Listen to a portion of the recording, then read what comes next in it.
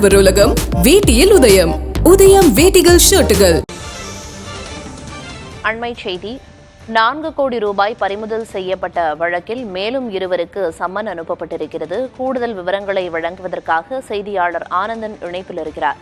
ஆனந்தன், இந்த விவகாரம் தொடர்பா ஏற்கனவே 3 பேருக்கு சம்மன் அனுப்பியிருந்தாங்க. இப்ப மேலும் 2 யாருக்கெல்லாம் சம்மன் அனுப்பப்பட்டிருக்கு? கூடுதல் விவரம் என்ன? பறிமுதல் செய்யப்பட்ட 4 கோடி ரூபாய் பண விவகாரம் தொடர்பாக சிபிசிஐடி காவல்துறையினர் தற்போது வழக்கை விசாரணையை மேற்கொண்டு வருகின்றனர். முதல் கட்டமாக 3 பேருக்கு சம்மன் கொடுக்கப்பட்டு விசாரணையை தொடர்ந்து தீவிரப்படுத்தப்பட்டிருக்கிறது. முதலாவதாக நவீன், பெருமாள், சதீஷ் ஆகிய 3 அழைத்து விசாரணையை மேற்கொண்டது.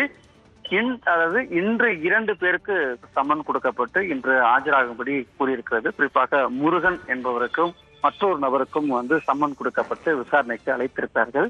முக்கியமாக இந்த பண விவகாரம் தொடர்பாக தொடர்ந்து விசாரணையை தீவிரப்படுத்தப்பட்டிருக்கிறது. 2 விதங்கள்ல விசாரணையை தீவிரப்படுத்தப்பட்டிருக்கிறது.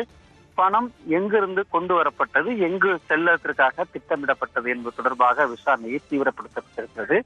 இவர்களிடம் யார் தொலைபேசியில் உரையாடினது என்பது தொடர்பாகவும் தொடர்ந்து விசாரணையை 2 கோணங்கள்ல விசாரணையை மேற்கொண்டு வருகிறார்கள் சிபிசிஐடி காவல்துறையினர்.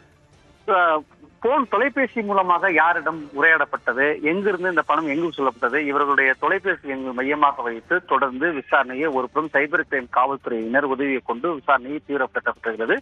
மற்றொருபுறம் நேரடியாக அழைத்து இந்த பணத்தை கொண்டு சென்றவரிடம் விசாரணையை தீவிரப்படுத்தப்பட்டிருக்கிறார்கள். பலக்கூடிய விவரங்கள் அனைத்தும் கேட்டு பெறப்பட்டு அடுத்த கட்ட நகர்வை சிபிசிஐடி காவல்துறையினர் விசாரணையை தீவிரப்படுத்தியிருக்கார்கள். இன்று 2 பேருக்கு சம்மன் கொடுக்கப்பட்டு இன்றும் விசாரணையை தீவிரப்படுத்தியிருக்காங்க. பிரியதர்ஷினி, நிச்சயமா இந்த விவகாரம் தொடர்பாக தொடர்ந்து விசாரணையானது தீவிரப்படுத்தப்பட்டுக் கொண்டு வருகிறது. தற்போதைய விவரங்களை வழங்கியதற்கு நன்றி ஆனந்தன். ஆடவர் உலகம் வேட்டியில் உதயம். உதயம் வேட்டிகள் ஷர்ட்டுகள்.